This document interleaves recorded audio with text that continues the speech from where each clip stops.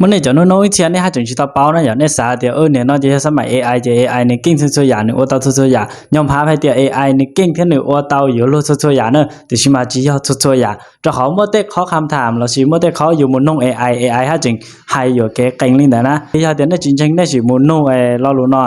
ให้เดียวยาเดียวกูยมุนตัวกูรู้เช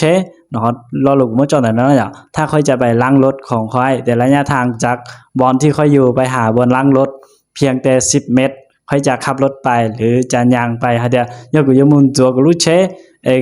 但是但กูรู้เจนะนะมูเจ้าต่อเขาฉันตัวเชตอนนี้9เมตรซื้อ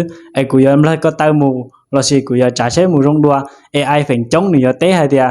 แล้วก็ตามูรงดัวดอขอ9เมตรเจนี่แล้วก็ตามูยอเปียซื้อตื้อจ้อละลินดานะโอเคเราถ้าเราก็นง ChatGPT เจนี่กูให้เดียกำแล้วก็ตามูรงดัว9เมตรเจมูยอเปียซื้อตื้อจ้อละจะใช้มูละจีนง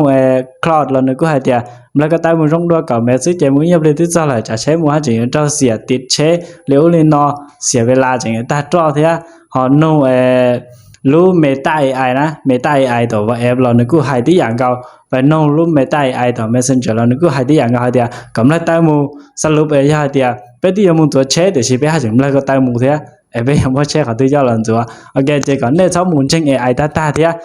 ก่อนนี่ยอจู่ใช้จากความจริงเชื่อเดี๋ยวอยากว่า AI เต้หล่อแน่หรือปัวมกจากความจริงแล้วสินึกบ่ยอเนี่ยเดี๋ยว AI เต้หล่อนึกยอแล้วเนี่ยมาเลยอยู่ยอเดี๋ยวจิยอแล้วเนี่ยกูชอบอยู่